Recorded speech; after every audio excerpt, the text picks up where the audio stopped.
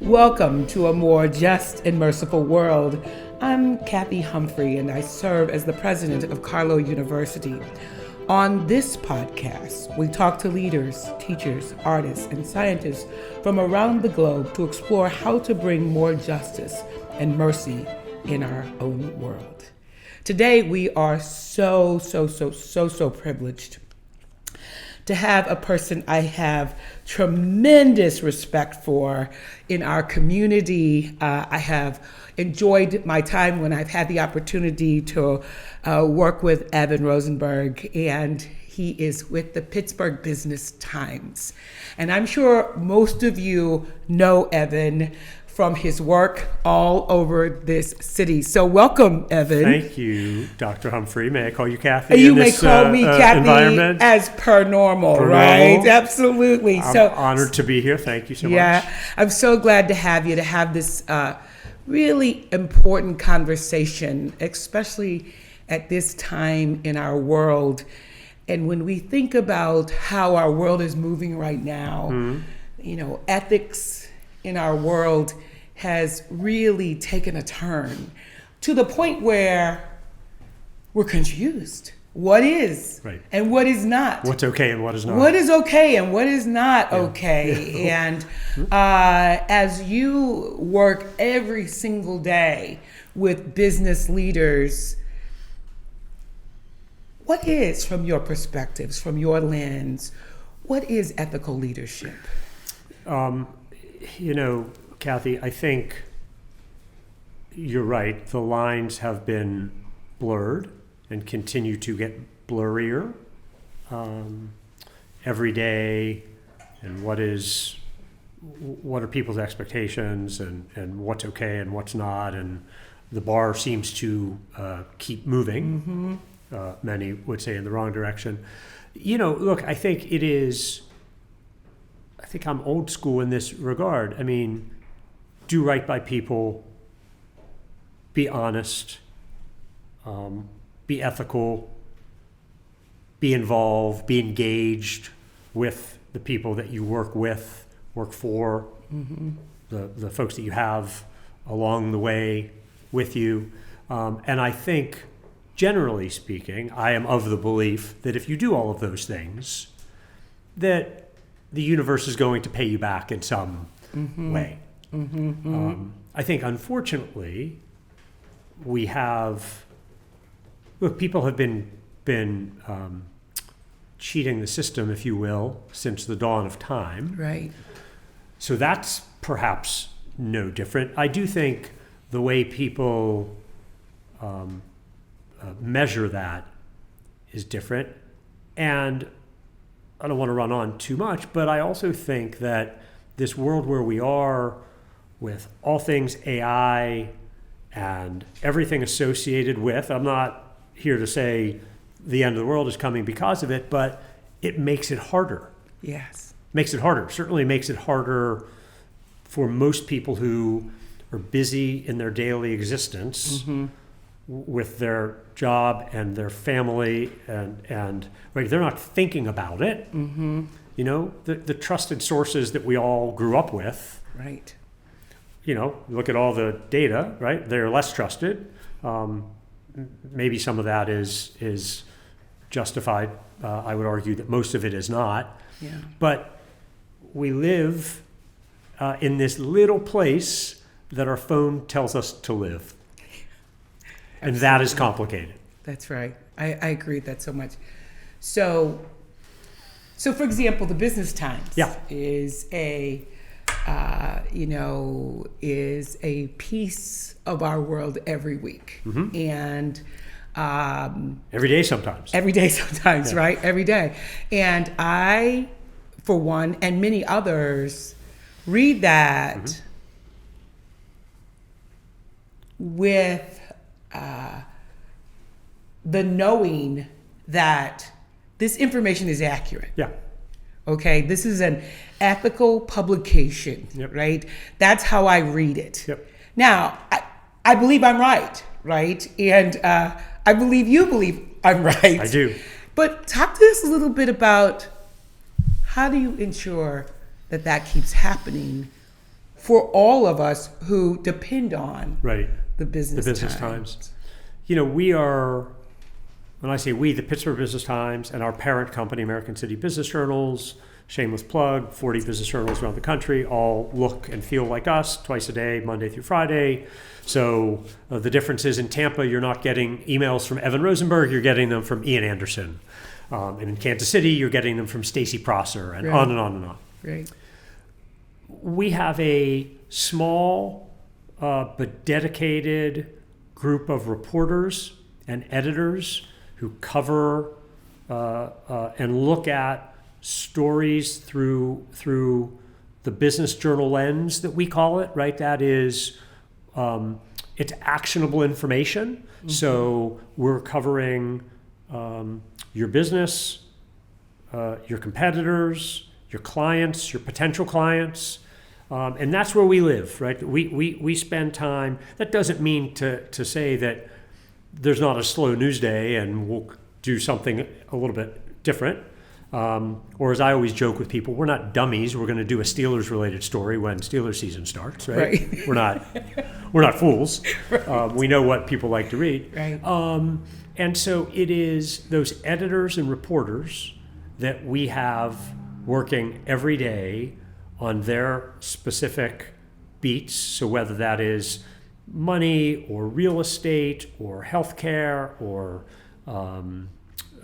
energy or what have you, and those reporters, that's what they do, and they're not measured by how many people read.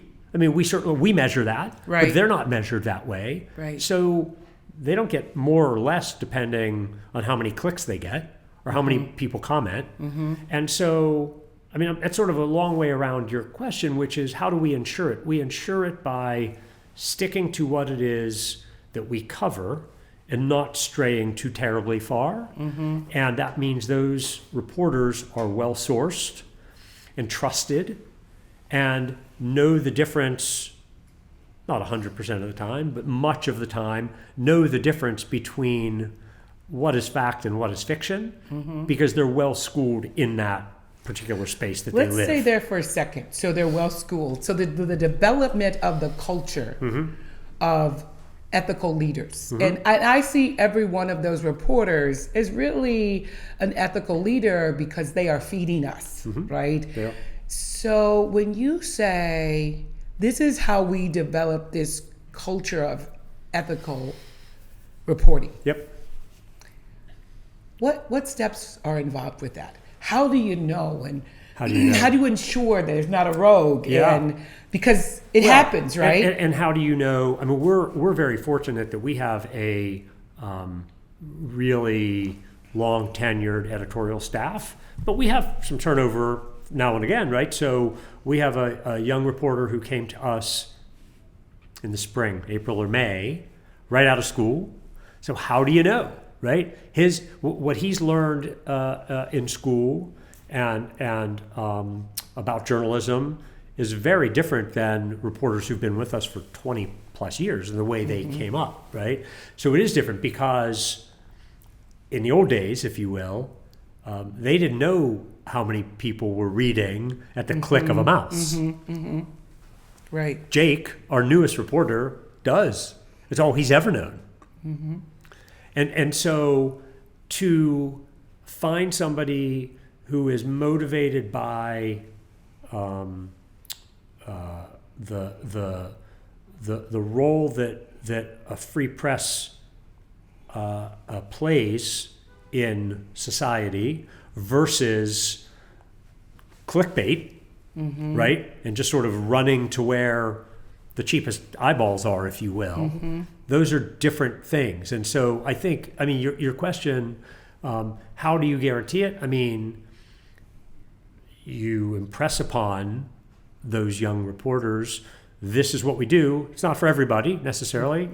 You know, you want your name splashed around, right? There's lots of ways to do that. Right.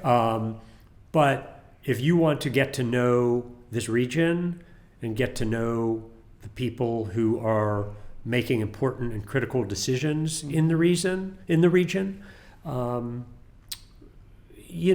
We think we're a good place to do that. We think we're a good place to get that training and to learn the way it used to be done.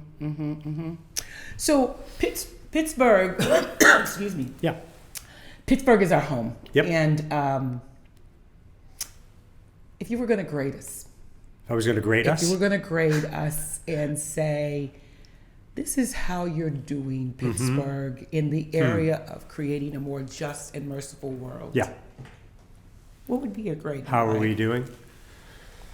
This podcast would be a lot longer. I think, the story of this region over the past 40 years, 45, 50 years, right? Collapse of steel, all that went along with that, Renaissance 2, Skyline, Eds and Meds, all the things that we all know and hear. To some degree, we're still incredibly digging out of that. I would argue that, thank goodness for the universities, thank goodness for the foundation community, and those who've been committed to this region, for the successes that we've had. Is it a just and ethical place? Not for everybody, certainly. We have not, since the decline of the steel industry, when there were no jobs here, you lost generations. In my former job, I worked a lot in and around the sports industry and Steelers I referenced earlier. If you watch a Steelers game, at some point, a road game, at some point, a camera will pan and show a cluster of fans waving terrible towels, and the announcers will say something like, those Steelers fans travel well, or something like that. When the reality is, they're not traveling; they live elsewhere. That is a Pittsburgh diaspora, right? Is what that is, because we lost, half of our population, and so somebody moved because there wasn't a job here, and so they moved elsewhere, right? And that's where their kids and grandkids are and have become. So how would I grade us? It's not been, I think, particularly welcoming for people of color. We've done a terrible job on immigration. It's a bit of an insular place. By the way, I grew up here, right? And with the exception of college, I've been here my entire life. But when you go elsewhere and see opportunities that exist and have existed, those opportunities haven't necessarily existed here in the same way. I don't believe that defines the region. I think that is, in many respects, a result of no jobs for a long time, right? If you're going to pick up and move, right? If you're going to move, right? If you're going to leave wherever you're from and move to the United States, you're not coming here in the 80s. Why would you? Right? You're going to go somewhere where you can get a job and feed yourself and feed your family and hopefully offer them a better life than yours, right? Isn't that sort of what most generations look for, is to leave the place a little bit better for the next generation than it was for them. And I think for Pittsburgh, I think that has been hard and was hard for a long time. Look, I think people pay an awful lot more attention to it now. But we have a long way to go. So from the business perspective, and those who work in those corporate, and I would even say the nonprofit entities as well, from what you see, Mm-hmm. I noticed you didn't give us a grade. So I've got to be. I got to believe we get solid B minus. B minus. Okay. So what do from your lens, from all that you see, what do we have to do? What do we have to do to create a greater, a more just, a more ethical Pittsburgh? I was with some folks the other day having a similar conversation, not focused necessarily on just and ethical, but the region as a whole. I think there are lots of people working with great intention. I'm not sure that somebody to really advance something. I feel like somebody needs to own it, right? If you will. And I think there's lots of people who feel like they own it, but they all own a piece of it. Yeah. Now, you can look to elected officials, you can look to business leaders, you can look to the foundation and other nonprofit heads and university heads. So I'm not pointing the finger, right. But I do think that has been, that possibly has been lacking a bit. Yeah. Coordinated effort, right? Not lack of effort. Mm-hmm. I agree. Lack of coordinated effort. Yes. And when you think about this, all right, so Pittsburgh moved from this gray steel town where the steel mills closed, where there was employment issues, to one of the best cities in the country. Yeah, right. Most livable city, yeah. Right? Yep. How did we do that? And can we use the same process to move forward in this area? I don't think that, I think those accolades have all been worthy. I think the region's been deserving of the accolades and the praise that it has received. But there are some fundamental things that are just a fact, which is we continue and have continued to lose population for whatever reason, right? Mm-hmm. Age, right? On and on and on. And, somebody at an early part of my career had an expression. I don't think this was his expression, but it's an expression that I've heard since. And at the time, it didn't resonate with me. And this gentleman said, you're living or you're dying. Right? Now, I don't, in my brain, I'm like, well, I mean, I'm not sure that's it, but I get it. Mm-hmm. Right? Whereas another friend of mine says all the time, if it's not yes, it's no. Try to fight him on that. He just shakes his head and he says, nope. Right. If it's not yes, it's no. That's the answer. And so this region has continued to lose people and not attracted enough to make up that shortfall, right? And so, places that are growing, again, I go back to immigration, right? This has not been a particularly easy place for people from elsewhere, which of course is fascinating given that the place was built by immigrants. Right. So, as a person who is responsible for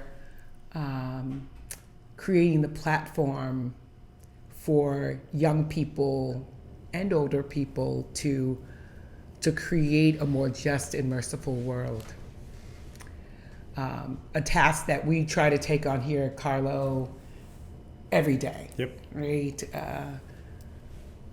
A group of us just came back from Uganda, and when you are in Uganda and you are assisting with the opening of water wells for people who don't have running water, who water is so essential to life, something we take so for granted here, but to do the work to ensure that 800 people in a village is going to have fresh water every day. It's one way we try to impress upon the students that to whom much is given, much is required.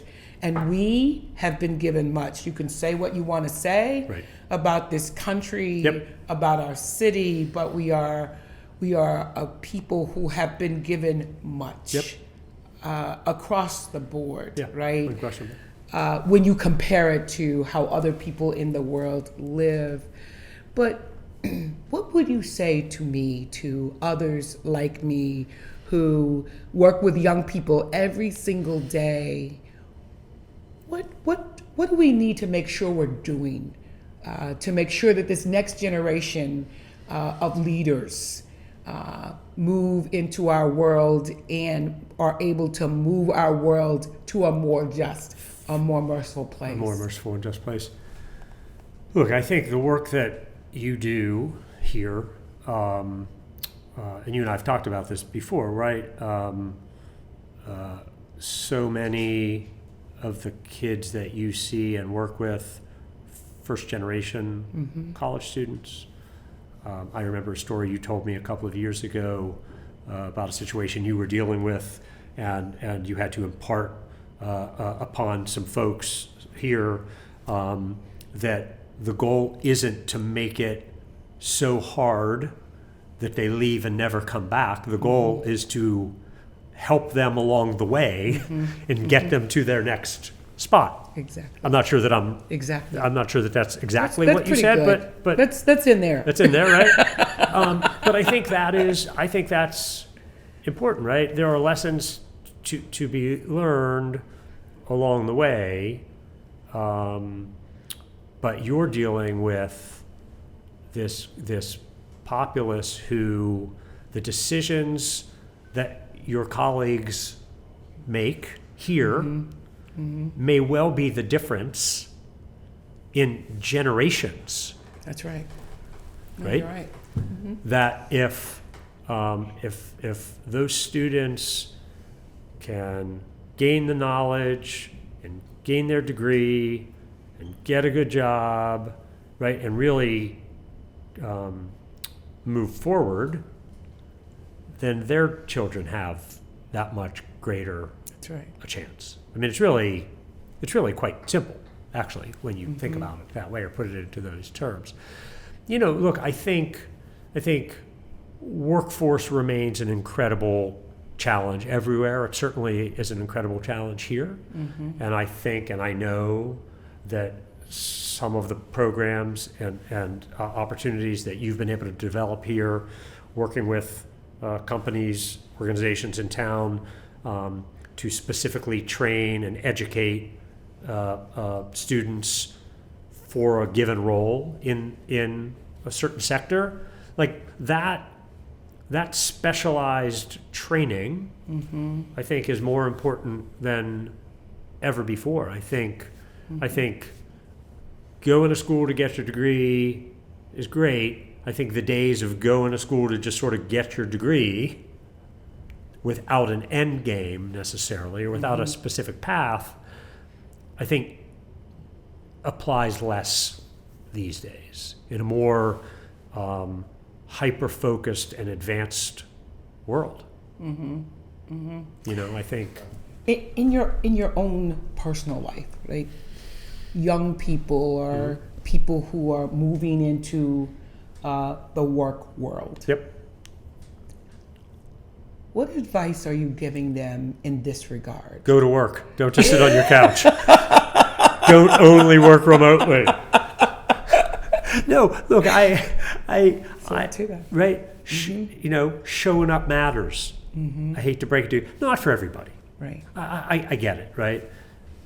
You know, the pandemic, we all learned and are continuing to learn so much about ourselves, about friends and family and colleagues, and what motivates people to do what. You know, I was joking with somebody yesterday, you know, before the pandemic, like I didn't miss much. You know, my job requires me to be out a lot and at things. Right. And you know what I learned? I don't have to be everywhere all the time. the sun will come up. Nobody's running around saying, "Where's Evan?" Right? I promise you. And that's fine. And that's fine, right? We've all learned that balance is better. Yes. Right? So for a young person coming out of Carlo and entering the workforce, you get a job at XYZ company, and they've got a hybrid model, and they ask you to be in the office 3 days a week, and the other 2 are your choice. You know what? It wouldn't break you to go in 3.5 or 4. Mm-hmm. Look, I get it. I joke. I say this to people all the time. If there's 8 inches of snow on the ground, right? I live in a city. I don't have a garage. Like, I'm not in a hurry either, right? Absolutely. If I don't have to be there, Right. and I can open up my laptop and be effective and efficient and not, risk, my life on the roads. Like, that's better. That's right. But because it's that we are now missing the human connection. it is so much better doing this with you, 3 feet away, Right. than it would be virtually. Right. Like, I'm at the point now, we're all on Teams calls and Zoom, and there's a place for all of that, and I use it too. That's right. But you know what? If we're not going to get together, and I don't have something to show you, or you don't have something to show me, right? There's not a PowerPoint deck that we're going through. Mm-hmm. Let's get together and let's just jump on the phone like we did in 2019. Right? Because the rest of it's exhausting. Exactly. Honestly. Exactly. And I do think, I think there is value in showing up, as I said, but there are just pieces of it. And by the way, people are going to hear this and they're going to say, that guy is old and crazy and misguided. I hear you. We are human beings, Yes. right? Connection is a critical part of what keeps, at least critical part of what keeps me going. Absolutely. I won't speak for everybody, Absolutely. right? Absolutely. I am so right there, because at the essence of all of this, we cannot create a more just, ethical, and merciful world if we are never together. If we're never together, yeah. If we're not connected. It is really at the essence of what you are saying is, it is the human connection that really makes us better, makes us more connected, and makes us more willing to exert the kind of effort that is required of us Yes. in order to really create a better world. I have truly enjoyed my time with you. This has been a very good conversation, and I'm so grateful for all that you are doing for Pittsburgh and for our region. And thank you for being with me today. You're kind for saying so, and I would offer the same back to you. This is a better place because of you, because of people like yourselves doing the things that you do in the community. So thanks for having me on. It's an honor and a privilege. Absolutely. Alrighty.